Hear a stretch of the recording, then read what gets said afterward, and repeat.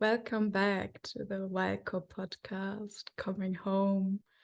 And today I'm here with Eartha Love. And wow, I'm really excited for this conversation. Hi, Eartha. Hi, love. It's really great to be here. So, as a quick introduction, Eartha and I met during a rite of passage in the Catalan Pyrenees, where we both participated in, and we shared 2 weeks up on that mountain in ceremony, and 4 days alone fasting on the land. And I was so touched by your presence and by really just feeling you there in the circle, and how sure you were about your place. And I could sense like your connection to land and to spirit, and that really left an impression on me. Like, it really touched me. So I'm so excited to talk to you today about all these topics around rites of passages and creating the village. And so Eartha, I would love for you this time to offer a little opening practice also for our listeners. All right, if you want to go.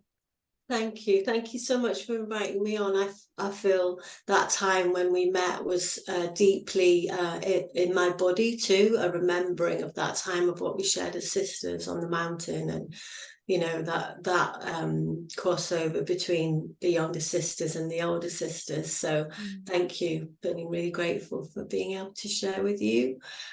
So I'll just start with a prayer. I always start with a prayer. Everything in my life now is a prayer. And so, just invite us to close our eyes. For everybody that's watching, to just come into the awareness of their own breath. Breathing deeply in and out of our bellies just for a moment. So just so we can really begin to anchor our awareness on our breath as we breathe deeply into our bellies, bringing that awareness fully home to our own bodies with the breath, and just allowing the letting go of all of the outside world just for the time that we're spending together sharing on this podcast. Just allowing the anchoring of the breath and the awareness to let go of all of the doing, all of the creating and birthing, all of the holding, all of the carrying, all that we think we should be doing, all that we think we are doing. And just allow the breath to bring our awareness home to our own body, our own being and soul. Bringing the awareness fully in to this breath, in this moment, the next little bit of time where we get to connect, to listen, to share, to be together, feeling ourselves, feeling this miraculous body that we have, and how interwoven it is with the land, with Gaia, with Pachamama. Miracle of this body, our blood and our bones and our skin and our hair, organs, all of it. This miraculous creation, expression of Gaia, just like the trees, just like the rivers and the mountains and the oceans. Feeling our own heart and the truth of our interconnectedness with all of life. Allowing all of that love to open our hearts even more to who we truly are. To open our hearts even more to each other. Feeling the sky and the radiance of the sun. And the expansiveness of our being. And the light of our soul guiding the way. Being all that we are in this world. And just placing our hands over our hearts and just taking a moment of gratitude for yourself. For the sacredness of yourself. The holiness of your true nature. And really taking a moment of gratitude, seeing yourself as a sacred offering to life. Oh. Just opening our eyes with each other. Prayer of gratitude. Thank you, sister, for welcoming me here. Thank you to everyone on your 𝗪𝘀𝗁 podcast listening. Wow.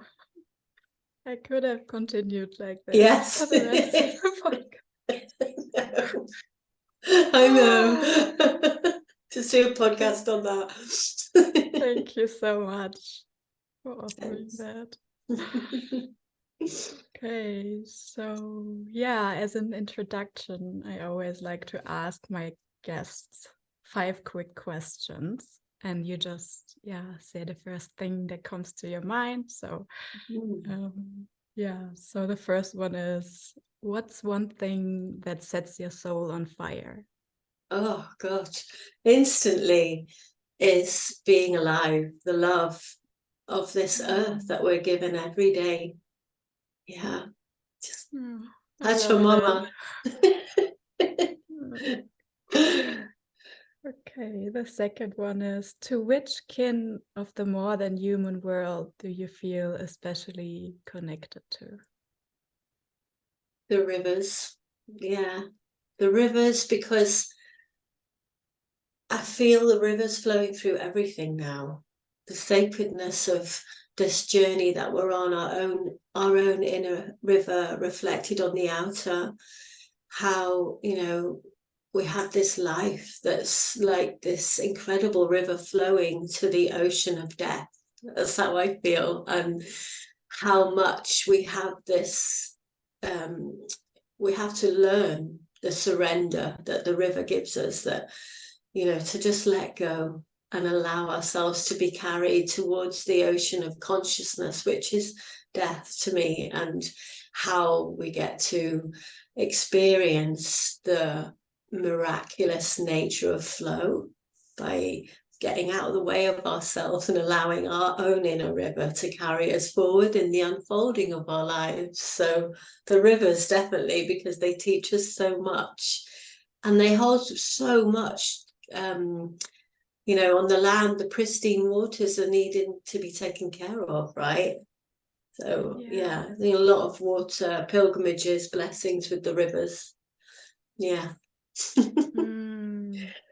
I love that you're saying that the rivers were also something that drew me so much to this area, and the springs around here. It's like such a privilege to be with the rivers. It's so well, I don't find the words, like beautiful words like you, but I just know that whenever I'm there with the rivers, it touches me so deeply and anchors me. And so the rivers you know, I spent a lot of time with the rivers when I was grieving about 4 years ago, and I just kept telling this story. It was when we were in that incredible journey of the lockdown that the world went into, and I was in lockdown grieving, actually, by the river, and all there was the river, and I spent every morning speaking my stories of my grief to the river,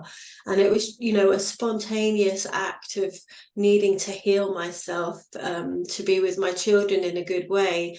But the river became this it was you know, life has always been, you know, the earth has always been a living being for me, that's got its own, the consciousness of Gaia, I mean, and the interconnectedness of the ecosystem of the consciousness of Gaia I've always been aware of since I was a girl. But sitting by the river, speaking the story of my grief, and that real journey of like starting to really be with the river as an entity that is able to hear me, to be able to really allow my prayers for myself, for my children, and for the loss I was feeling to be surrendered, to allow myself to let go completely of what I thought I was doing. That's why I always say that prayer, because that river taught me so much, and like holding on to what I thought I was doing and what I thought my life should be, and allowing the surrender and the letting go to take me deeply even more into my life, like to allow my life to unfold, and to trust that the unfolding and was carrying me somewhere, and that the place that it was carrying me to could only be the expansion. You know, I was like dying on the riverbank, but staying alive, and allowing that river to hold the journey forward, the carrying of my grief to the expansiveness of my resurrection, of my rebirth, that because I was in an initiatory process, right? When you lose someone, when someone you love dies, and when someone, when you have an extreme wounding or trauma is there to carry you into the rebirthing. So yeah, the river was everything to me for those first 6 months, and it became my prayerful life, and it's interesting because you said about the vision quest where we met. You know, I don't know if you remember, but what I came back with off the mountain, my story was this: myself as a sacred offering to life.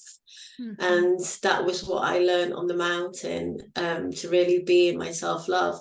And then I had that experience of loss, and then that river really, really anchored in that for me. Like it was like, okay, I am here.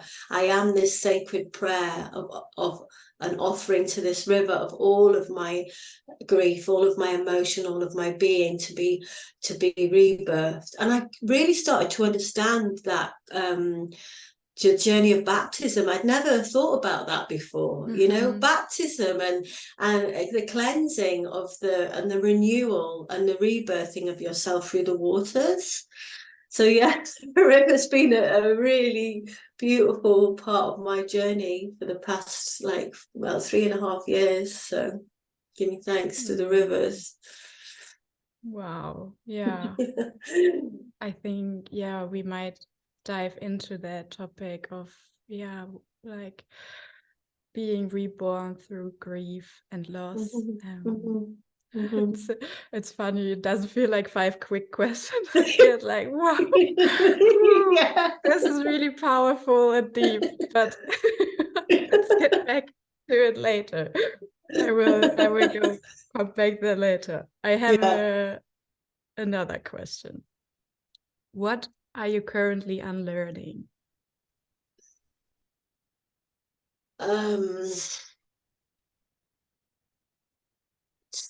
Striving, trying, doing. It's all unlearning. Moving into, like I said, complete surrender and allowing. Yeah. Very strong right now, I think, for a lot of people, including me. Yeah. Okay. a more silly one. If you could, or maybe not. It depends. It depends on your answer, actually. If you could have any superpower, what would it be? I think I'm getting a superpower. More telepathy, more communication with those unseen realms, because I really feel this veil that we've all been in, that beyond the veil is like just the mind. So I think for me, if I had a superpower, it would be to be more, it would be to be telepathic. That's my to listen fully to the truth of this universe, this cosmos, and all of the different vibrations and frequencies that are there that are communicating with us. That would be my superpower. It's not a silly one at all. Question, no. I mean, not a silly question. Yeah. Okay, the last one.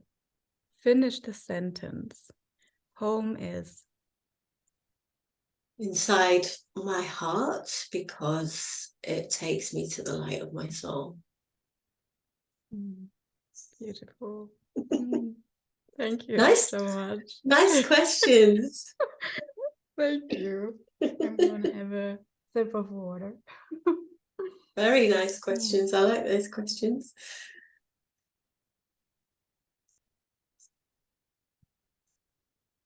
So you've already touched on that, and that's something I'm really curious about, and I don't know if there are answers for it, but yeah, something that really drew me to speaking to you and just meeting you, that you're so anchored in your spirituality. And yeah, exploring in this podcast the stories of coming home, I'm wondering, have you grown up already in a spiritual environment, or what was your gateway into spirituality?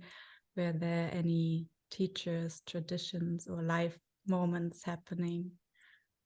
Yeah, I was thinking about this this morning when I was waking, and it was really present in my heart because I knew we were speaking, and it's been a really strong journey for me. And I know that you have awareness of that from when we met. Like, I probably spoke about it a bit then, but for me, this feeling has always been there, this feeling of coming home since I was a girl. I have an identical twin sister, which has always been a really profound thing, actually, because I've never felt alone, no, because I've always had her in the womb. You know, we were one egg, we're identical, so we were one egg, one heart. Apparently the heart cells form first and forms before the egg splits, so we were one heart for a while. We shared a placenta. So that feeling of coming home, I've never seen the world in, I realize as I got older, in the same way a lot of people have, which is in separation and loneliness.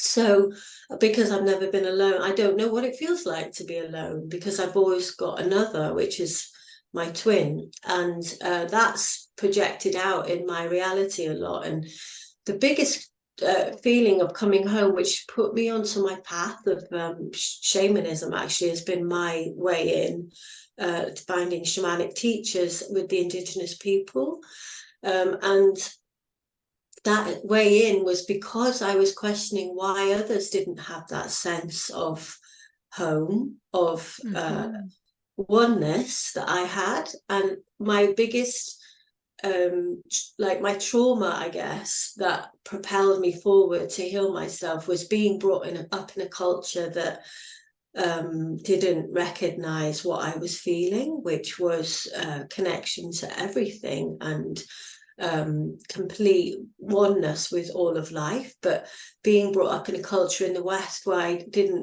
couldn't understand why others were so in the separation. And it was only through my journey of shamanism and healing my own trauma that I realized that it's because we're in a culture of we're in a culture of trauma, we're in a culture of soul loss, and that's what causes the separation. So it was that journey out to find my people, actually, that became my quest from teenager onwards, was to find my people. Like, where are my people? I'm not supposed to be here. Like, what is this? Like, I would question the reality I was in, and then I went on the journey of traveling the world to find my people and being with the indigenous people, and then having grief that the village wasn't there. I didn't obviously know this at the time because I was really young, but it was about not having the village, not having the community, the tribe. It was like, where are you? Like, seeing people around me but not seeing it in their eyes, not feeling it in their hearts. And my saving grace, I think, was my sister, because we would look at each other and we'd feel the same. Like, we have parallel lives. She's the same. Like, she's been on this journey too. So we went out on our quest to, okay, so where's our people then? And then meeting the indigenous people, and then, with love, but not recognizing me because I was white. So there was that connection and love, but still not, still a white woman in a white, this body that's white, brought up in a culture, having to relearn myself through the trauma, being brought up in a culture of trauma. So that was it. And then teachers are specifically, like, lots of indigenous people, but specifically some women in Guatemala, women, older women, who saw me and witnessed me and honored me in who I was. And that was the rites of passage I needed to be able to step into myself and then to feel this truth. And actually, I did some very deep shamanic work once, and I actually got given this in my inner being, this indigenous book of knowledge, and it was a metaphor, it was a symbolic of, like, how I've actually come into this life with this knowing of myself as indigenous. But what does that mean? Because, like, the indigenous people were like, well, not understanding that I too felt like them, but they, that I had to, like, relearn what indigenous actually means. What is home? What is indigenous? What is belonging? Because we are so fragmented and such a culture of soul loss that it's not there, but you can feel it inside. So I spent the first, my 20s trying to find it on the outer with the people there, and not, yes, it was beautiful, and I learned a lot, and I learned some really strong practices, and I was learned how to be with the land in a really good way, and all of the feelings. When I was a girl, I spent so much time in the woods in my trauma of being separated from my people. I spent most of the time in the woods in adrenaline, trying to come back to myself and being in nature. And then when I was in my 20s, I learned shamanic ways of being, which were something I felt like I'd always known. And so, yeah, that was very much on the outer. And then my coming home has been to the healing journey I've been on, and then really beginning to understand deeply how I can't do more on the outer than what I've got on the inner, right? So I can't have home on the outer if I don't have home on the inner. And the home on the inner is the restoration of my heart, so I can feel myself as a soul. So I'd spent a long time remembering my awareness of my interconnectedness with all of life through being with the indigenous people, because we all are. We cannot be separate. We're just, our awareness is separated us out, because we are Gaia, we are the earth. So my coming home was remembering my awareness of myself as the earth, but then even more was healing the fragmentation I had experienced because I'm in a culture of soul loss, so I could become whole in my holiness, so I could live the sacredness of my being, just like the trees, just like the rivers, just like the mountains. If I can't feel it on the inner and be home in myself, I can't fully express myself as a divine part of the earth in this life. So I'm always one step out of my life. So coming home is, to me, is one step, is coming back into your holiness and your divinity, so you can be in this body that is the miracle of creation. So yeah, I'd always been one step outside of my life until that moment of going, okay, right, so home is me embodying myself. You know, I know you understand that word embodying, but yeah, embodying ourselves as the earth, but also embodying ourselves as a soul that's here to just be who we truly are, which is massive. Wow, like, it's so interesting to me that you were just born with this feeling. Like it feels like it sounds like such a blessing, and then that your twin sister, that you're so connected on that. And yeah, I really feel what you're saying, and at the same time, yeah, I feel like for myself it's so difficult to stay in that knowing and in that connectedness.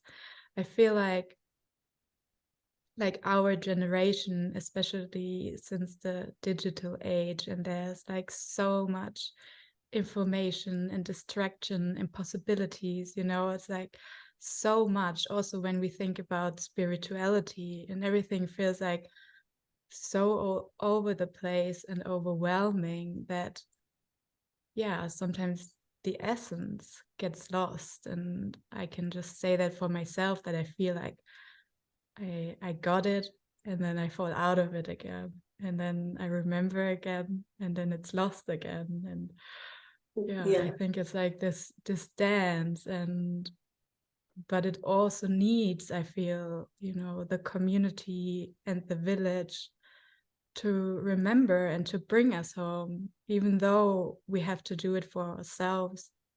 It has to happen in community too, no? Absolutely.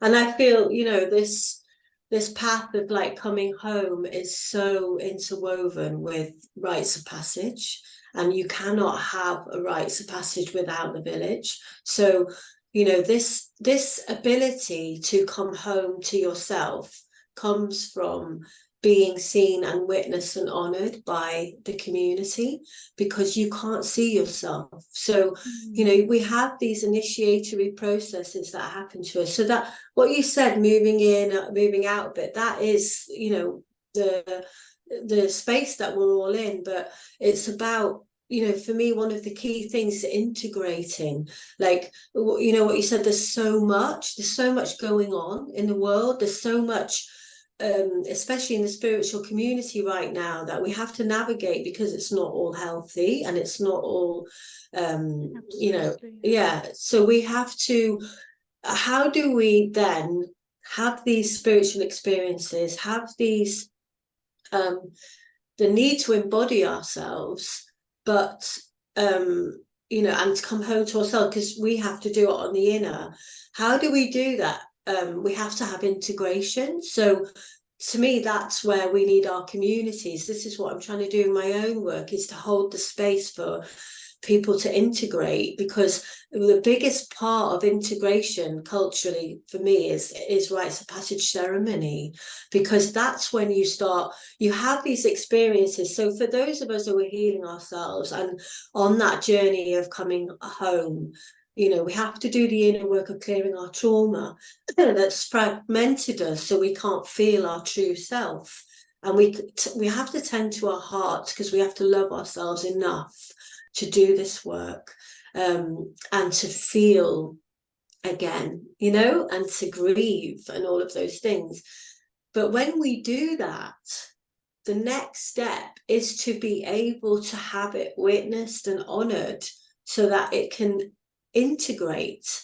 And because we don't have the culture that holds those spaces, it can become more traumatic because we're experiencing something that's really shifting our inner world, and we're not having any support to anchor it in and for it to become embodied through the rites of passage ceremonies. So, you know, that's part of the cultural soul loss that we're experiencing for me, is that we don't have these ceremonies that help us to align with ourselves. So yeah, it's both. It's like we're doing a lot of it on our own, which then we have to heal the trauma of that, and we have to find ways, well, I've been finding ways of giving myself the rites of passage ceremonies, because I'm going through it anyway.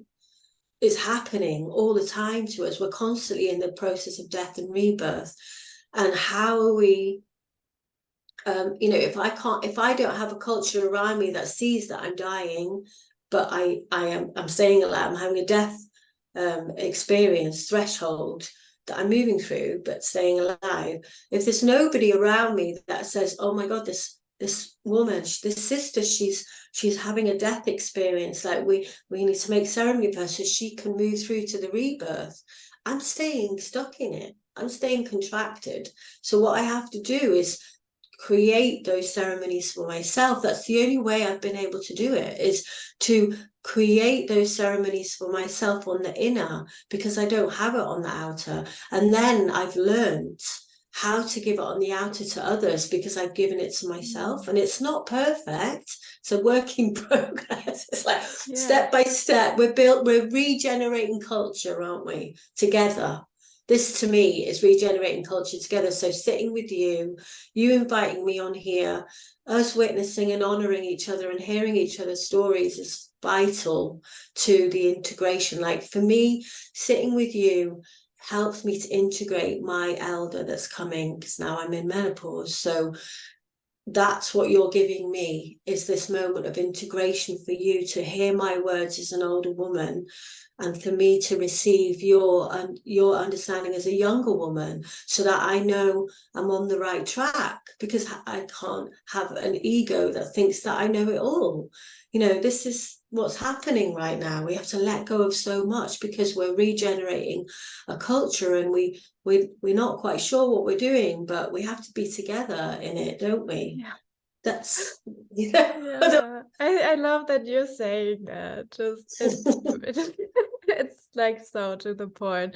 I feel like, yeah, we're trying, and many like are trying to integrate these wholesome and ancient ways into this new culture, and we don't know exactly how, but let's do it together. Absolutely. And we will make mistakes, but we have to integrate the mistakes, you know, we have to integrate the wounding, you know, like every time we create more wounding in ourselves, you know, or we experience more, we have to integrate it, and we have to then find the gold of why.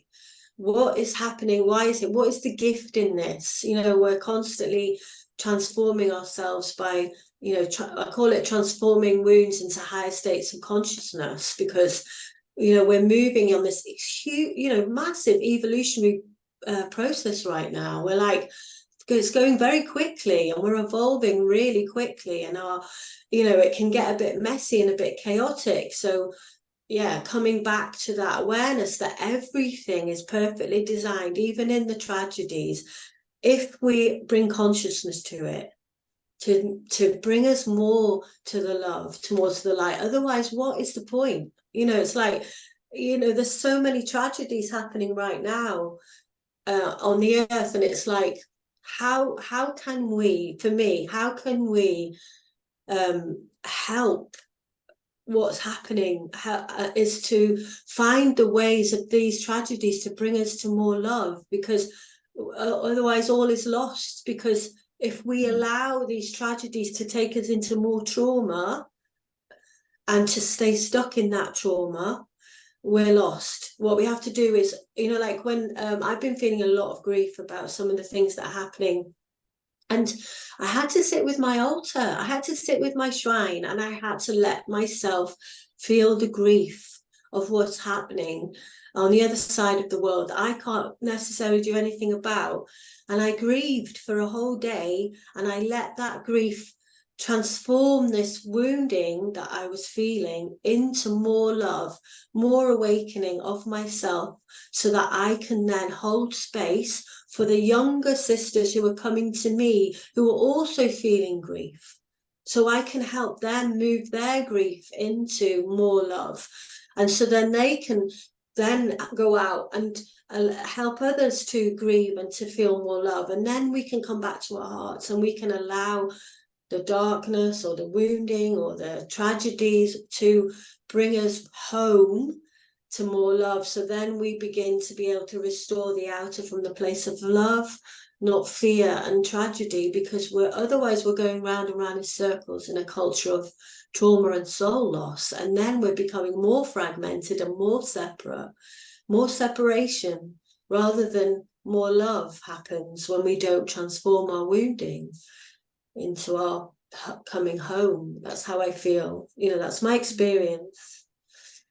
Yeah. What I have to think of when you speak on these things is the work of Joanna Macy. Do you know her? Yeah.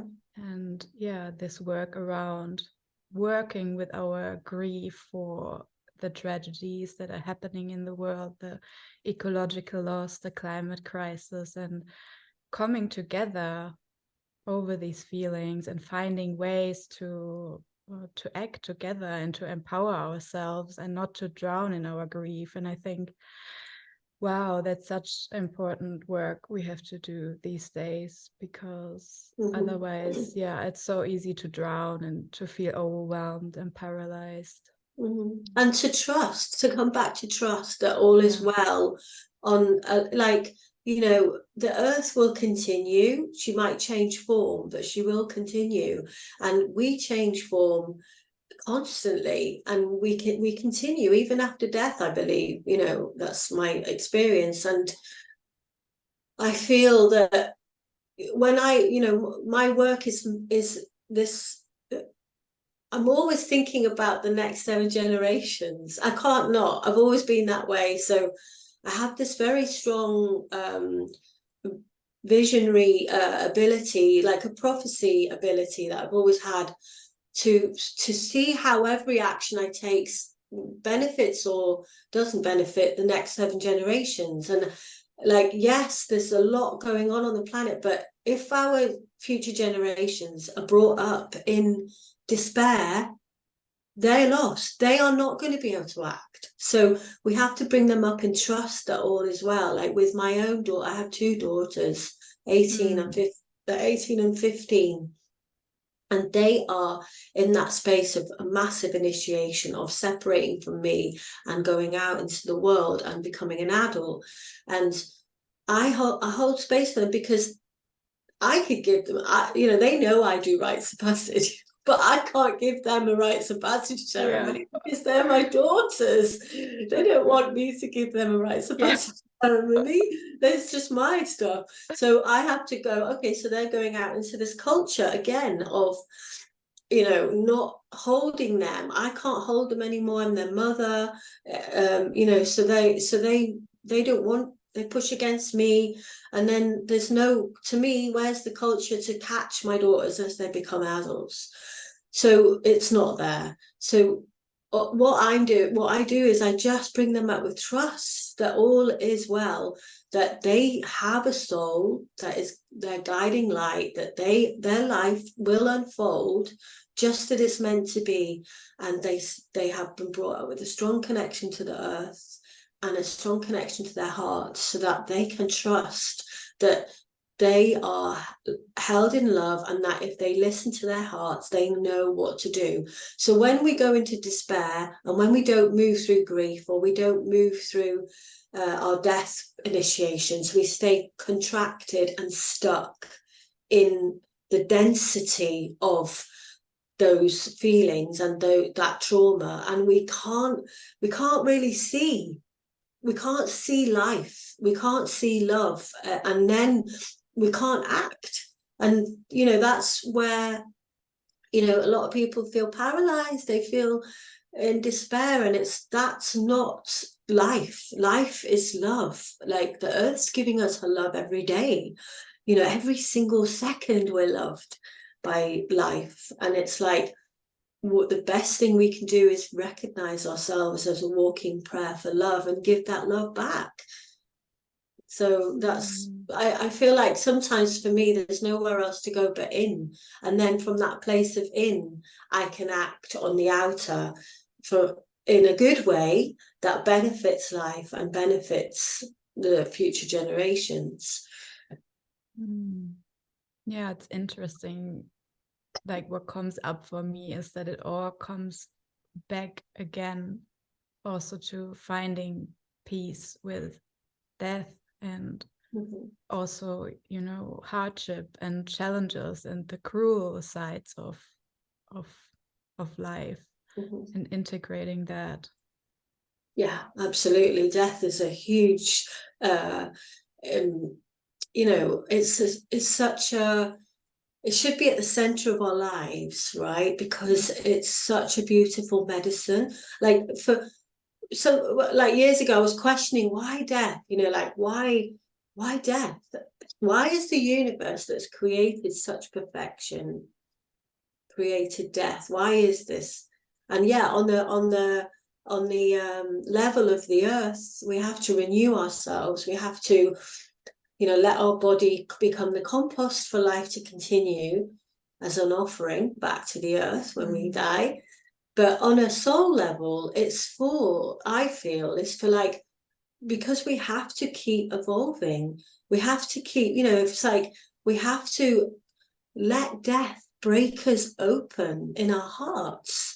You know, every time someone leaves, it's actually, they're not really leaving, but every time we have a death, it's a sacrifice for more love, you know, because that loss, that heartbreak at the dying is the breaking open that allows us to, because we're only feeling death as loss because we love.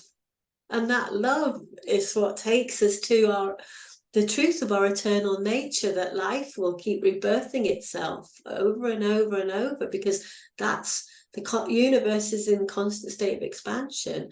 And so for me, death is the medicine that's been gifted to us to keep us moving again into our hearts. And what we need to do is be, like you said, we need to put death at the center of our communities, because it's just like birth, you know, it's been taken from us and sanitized. And actually that death process is the transformation that, you know, in traditional cultures, a person who's grieving is seen as holy because they have direct access to God or to spirit through their openness, their heart open, broken open.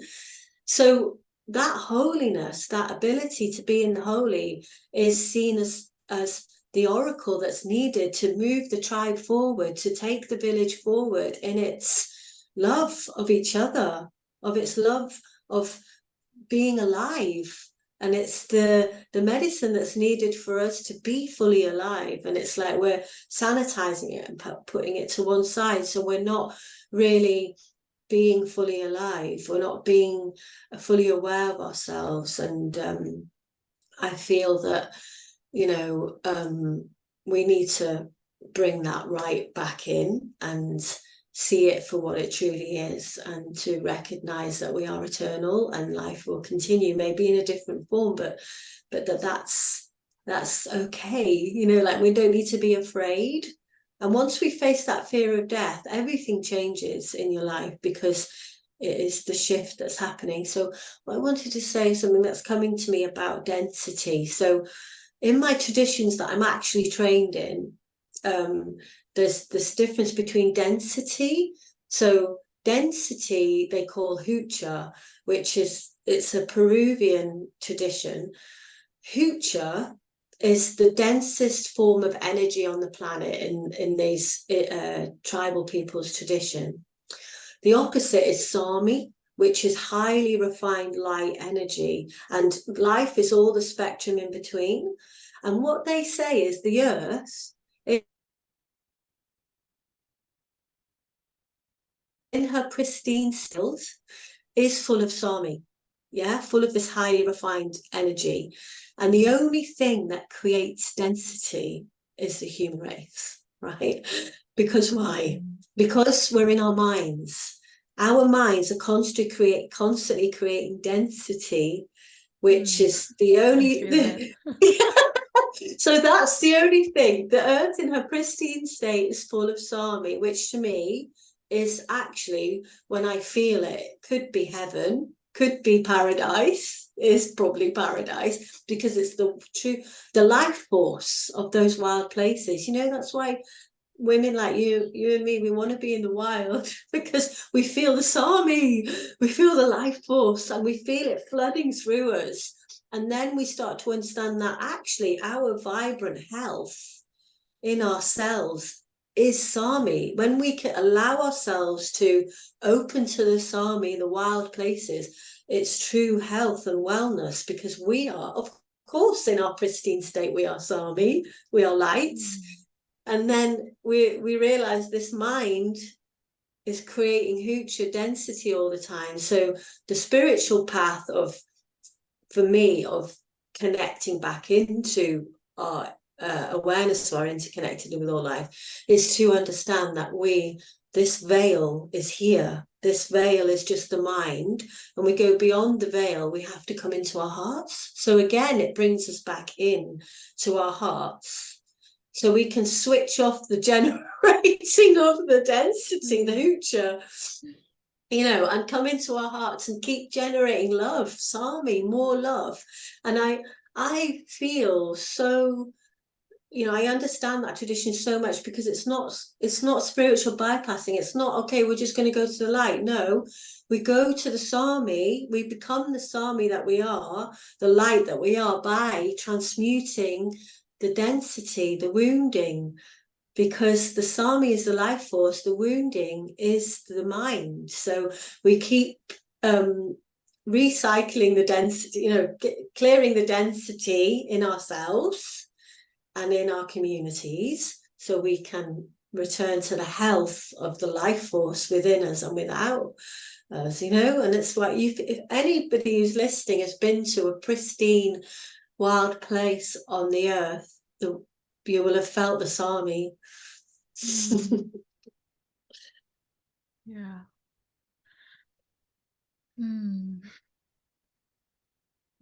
Eartha, do you feel like sharing a bit about your experience of participating in the rites of passage in the Catalan Pyrenees? Like, how was it for you? I think I remember you said it was the first time that you participated in it, in being held by community. So yeah, if you feel like sharing. Absolutely. Oh, absolutely. That was one of, to be honest, that ceremony, that time on the mountain was one of the most beautiful times that I've had in my life, because there was so much there. And so before that vision quest, I had always been holding the rites of passage for myself on the inner. So the work that I do is was restoring my inner world and transforming my wounding, so that I could give myself the rites of passage in my inner being, meaning I could heal my inner teenager and become an adult on the inner, because I realized that I'd never really stepped into my adulthood, because I'd always been contracted in my inner child or my inner teenager. And that ceremony was the first time I was able to have a ceremony on the outer. So that's why my intention, I don't even remember, was to be in my menopause, because my menopause was coming. And I'd done so much catch-up work on myself around these rites of passage I'd moved through my life unconsciously because of the lack of the village, that I was doing it on the inner through shamanic work. And I made the intention to travel there to sit with my menopausal woman that was coming, like to be ahead of myself. It's okay, my next death threshold is menopause. I'm going to have to let go of the maiden and the mothering phase of my life and step into elder. And so that was my intention. And that's why I really felt so connected to you, because I was like really seeing my younger self in you. I was like, oh, there I am in that younger woman. That's the part I need to start really releasing and allowing to let go of this time where I had been this young woman, and, you know, all of the searching and the seeking of that time of my life, and the learning, and to step into embodying myself, you know, and being the elder. And it was that moment of going, okay, I've got this moment of having a village, even if it's only for 2 weeks, or, you know, for the ceremony, 10 days, like just, I've got this space to have this village for this bit of time, to witness and honor me in the woman that I'm becoming, which is an elder. And that's what I've wanted. You know, ever since I started doing the work of catching up on my rites of passage, I'd wanted that. And so, yeah, I traveled there with my beloved that had, he was facilitating, Steve, that rites of passage, and he was the beloved that died 4 years ago. That was the grief I talked about earlier. So it was a really powerful and profound time with me, where I shared this ceremony with him as a facilitator and me as a participant. So within that as well was a lot of shifting for me into having sacred relationship, and having being witnessed and honored by the man I was with. So there was a lot going on for me in that ceremony, and it drew me right in. That time on the mountain drew me right into the sacredness of my being, because I was really in that place in my life where I really understood what I needed. And so I remember, like, when I was finding my spot, my spirit spot, where I would spend the time on the mountain, being very clear, like being very able to feel the spot, and not to wander around looking for it, just to go, okay, this is the direction I'm going to walk in, and to find it. And I found this incredible place with water. Do you remember? It was a heat wave. Do you remember? It was so hot. It was so hot. It was my God. Ridiculous temperature. And everyone was like, oh, I'm going to be carrying this water. I found this spring, or like a water place where the spot was that I'd chosen. Spent all of my time bathing in the waters. And it was great. You know, it was so powerful. And it's such a wild place as well. And I really needed to be in that 𝗪𝗁𝗵. And I hadn't realized that. I thought I was being there for my menopause, but what it actually turned out was that there was still fragments of my girlhood that I hadn't, my maiden years that I hadn't resolved enough to move into my elderhood. So I spent a lot of time healing those parts of myself that had never made it to womanhood, never mind to elderhood. And that was what I realized, was that I'd never loved myself enough to see myself as sacred. And when that moment of awakening, that moment of me moving through this dying of myself as a maiden and becoming an elder, took me to that place of like, well, how are you going to do that if you've never actually loved yourself? You've never actually seen yourself as sacred. You've just been winging it. You've just been giving, and not receiving. You've been, and then, yeah, you've never really been in your life as a woman that's incarnated for a reason, to give of myself to life, and for life to give to me. And how can I give of myself to life and receive from life if I'm not loving myself, and my heart isn't open to myself?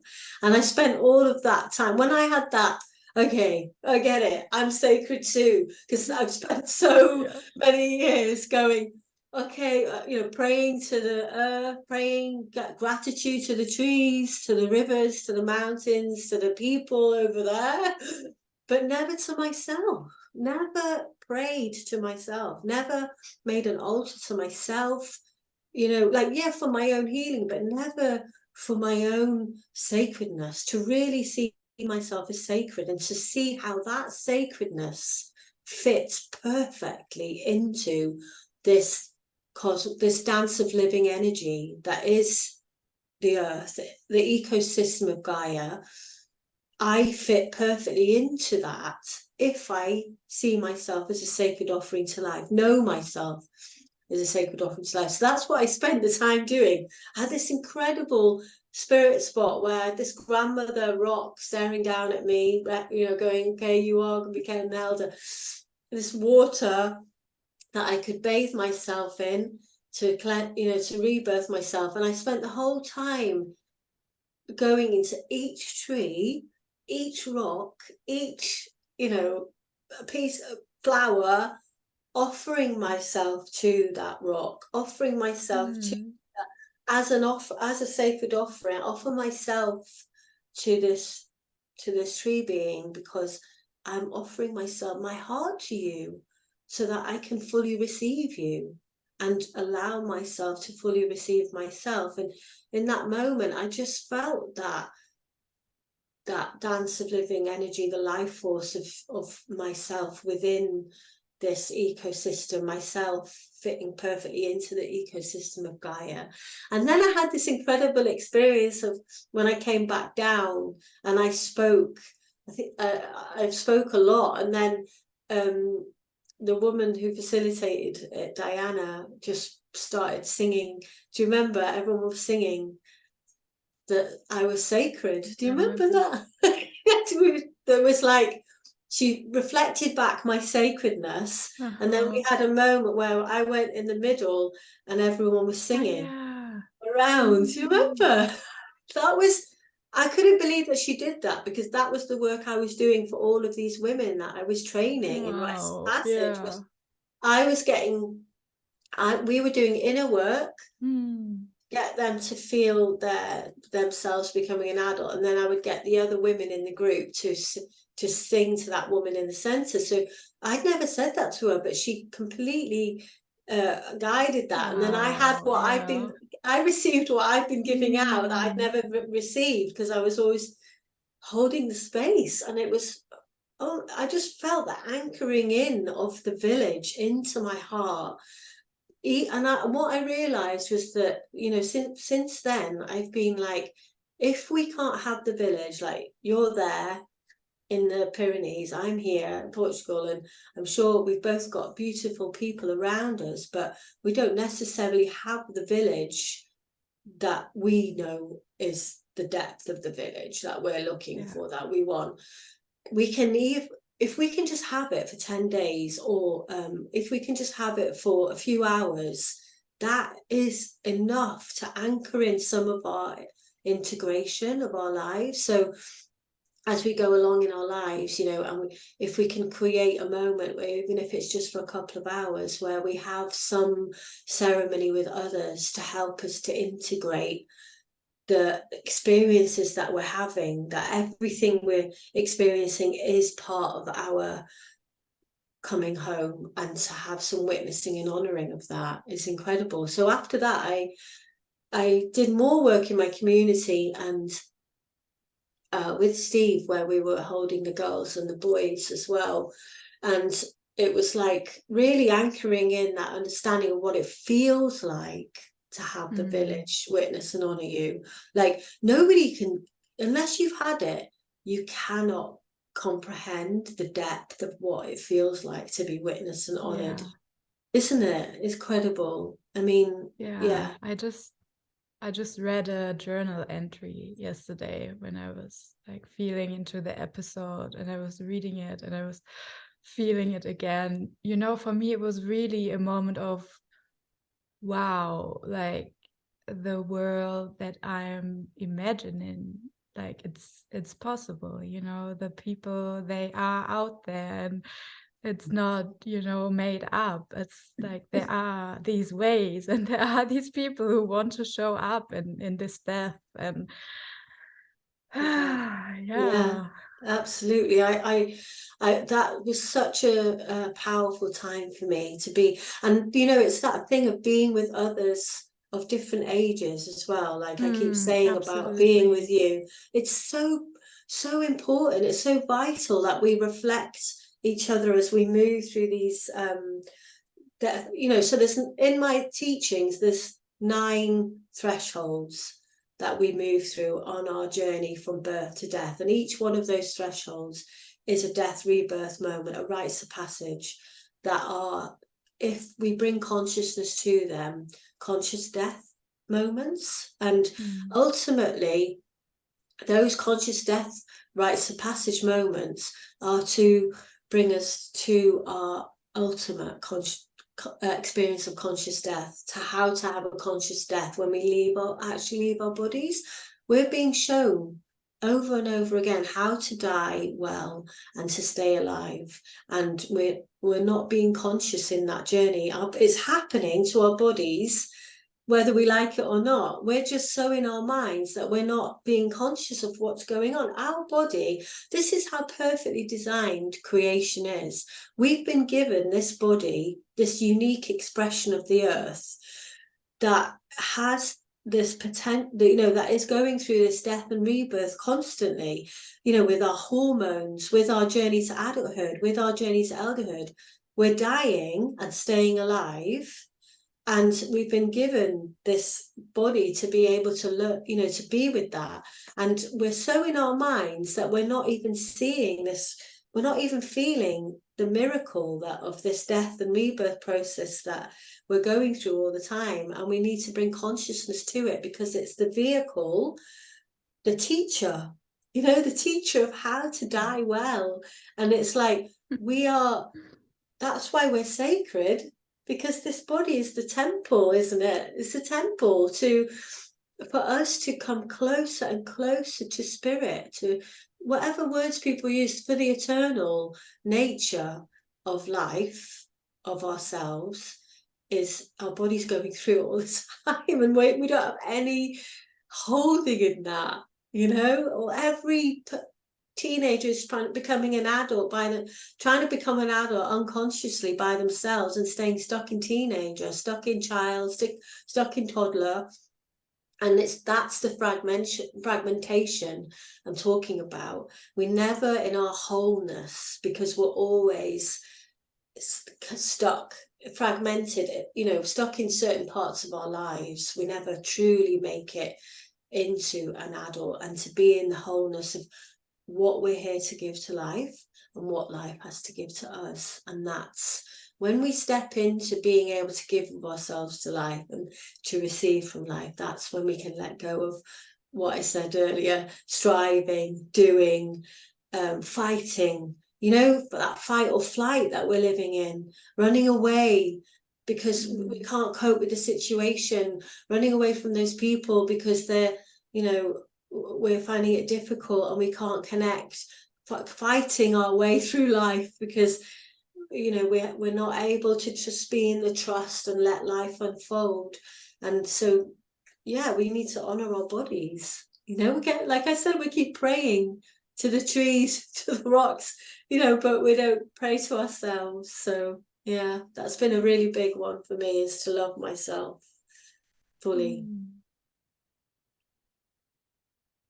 Oh, wow, I feel like there's like such depth to everything you're sharing, and I'm feeling like how it's like popping open like channels in me, and I'm just so grateful for having met you and having elders around, maybe not in the physical, like very close realm, but just listening to you. It's medicine, you know. It's like feeling I'm not alone in this. And yeah, I'm so grateful for you that you joined me today. And while like I'm sensing into all of this, I feel like words don't even do it justice, you know.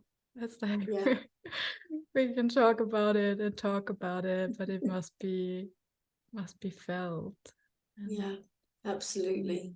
Yeah, we need to, that's the heart opening moment when we begin to feel again. When we break down the barriers in our hearts and we begin to feel again, feel ourselves and feel each other. Yeah. Yeah. Thank you.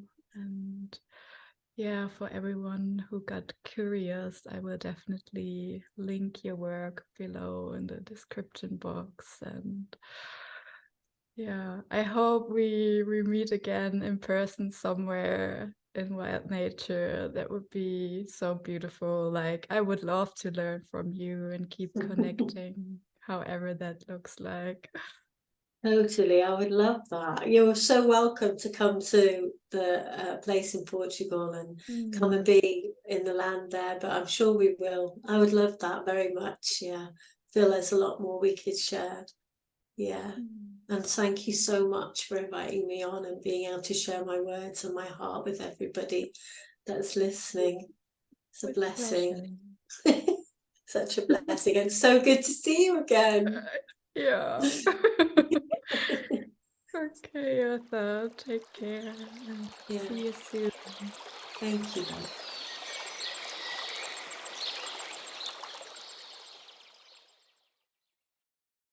So, I don't know about you, but this episode and conversation touched me so deeply, and I'm so grateful for beings like Eartha in this world.